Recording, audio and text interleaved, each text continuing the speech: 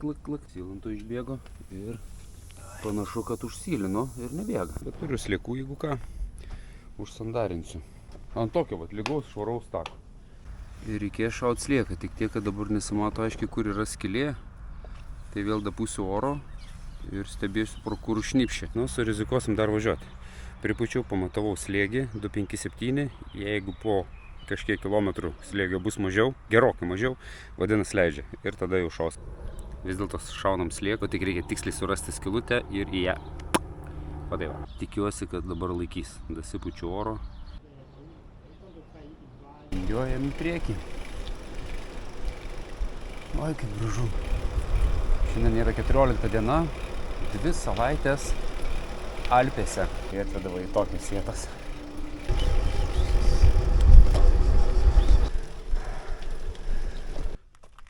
Mortirolo. Panašu, kad čia yra buvęs finišas kažkurių tai varžybų, vieno iš etapų. Pikyva pavalyti. Nu, sėkmingai užkilau, vėl esu 1800 m aukštyje. Kaip jau ir minėjau, 14 diena. Laimis, aišku, važiuoja dar. Viskai visą laiką dėl jau sakytų priežasčių atsiskyrėm, bet susirašysim, susitiksim.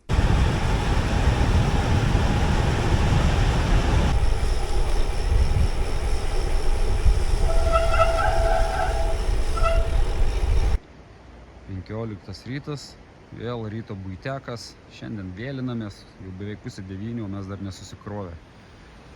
Laimis, kaip visada, stato kamerą, darys timelapsą, o aš einu pradėti pakuotis.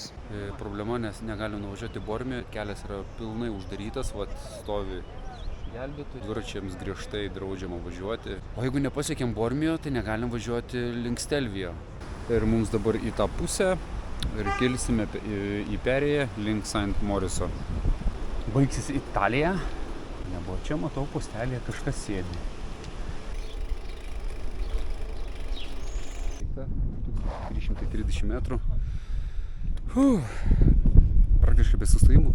2 priverstiniai sustojimai prie šviesoforų, kur buvo ribojamas eismas. O taip tai myniau be pertrauko.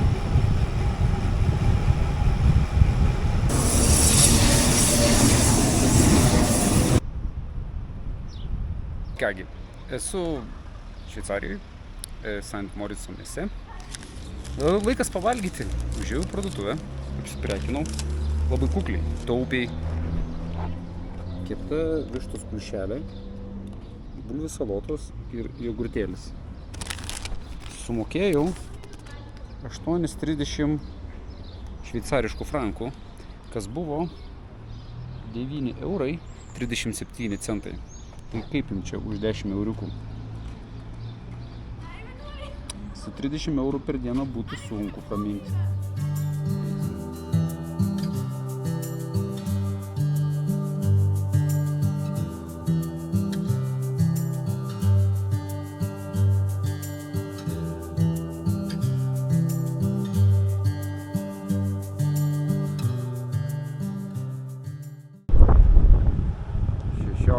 Rytas, apsiniaukęs,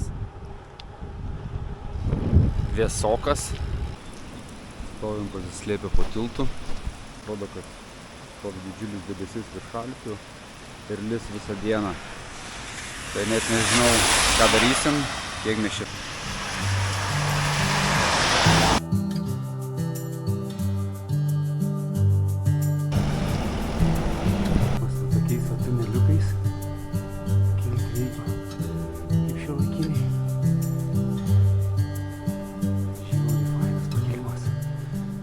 Paso.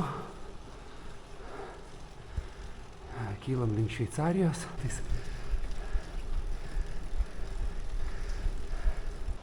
Cascata di Pianazo. Valės plūga. Ir visi nuostabus. Ir visi gražus ir nepakartojami. Wow.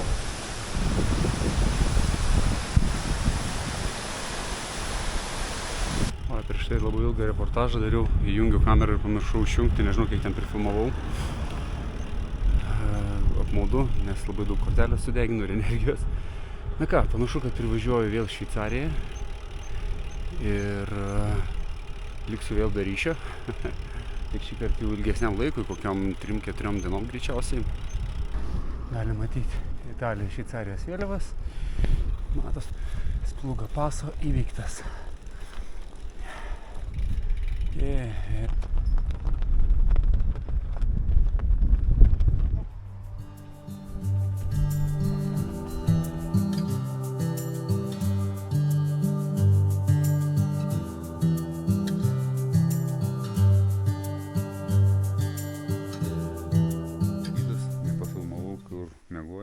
Baigiam pakuotis.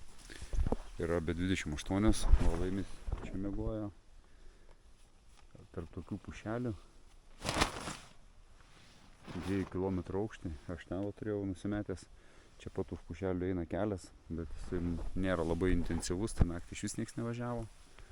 Aplink mus nuostabus kalnai, bet jie dabar paskendė debesyje. Daug gražiau nei toj Šveicarijai. Oi, pavalysim biškį ekraniuką. Šveicarijoje net nebuvo ką nufilmuoti čia. Ir senamiesčiai. Miegosim ten po medžiais. Vienintelis minusas tai, kad greitkelis netoli ir girdis, kaip mašinos. Teko lysti vidų, ką reiks pavalgyti. Gaila, norėjusi lysti upę, nusiprausti. Ir dabar teks pasėdėti. Išvykstam iš nakvynės vietos per tokį kukurūzų lauką. Aplinko tokie kalnai. Blemba gera buvo nakvynės vieta. Miegojom tenais prie upės. Iš tikrųjų, gal viena iš nedaugelio nakvynių, kai labai gerai miegojau.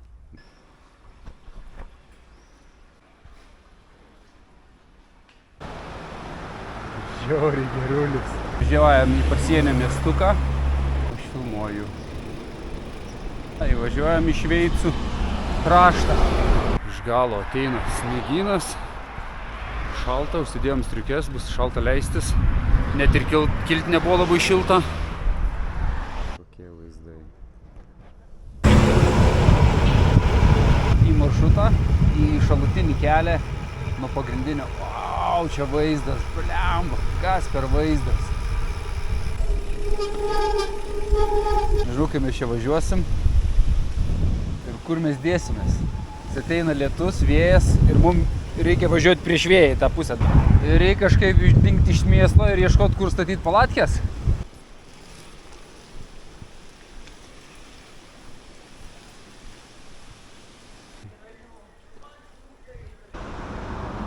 Kas per aukštis. Mes sakom Zarmato, šiaip turėtų būti Carmat, man atrodo, nes Z tai yra C.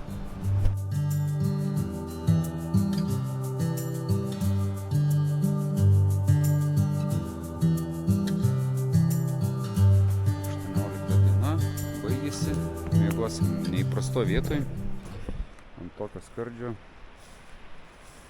apačioj miestelis, traukinių linija. Kadangi pradėjom kilti kalną, tai niekur nėra lygios vietos, eilinė problema Alpėse. Surasti lygią vietą, tai vat pavyko tik tais tokį plotelį. Ir ką, naudojamės to lygių ploteliu, statom palapinės, pavalgom ir einam miegoti.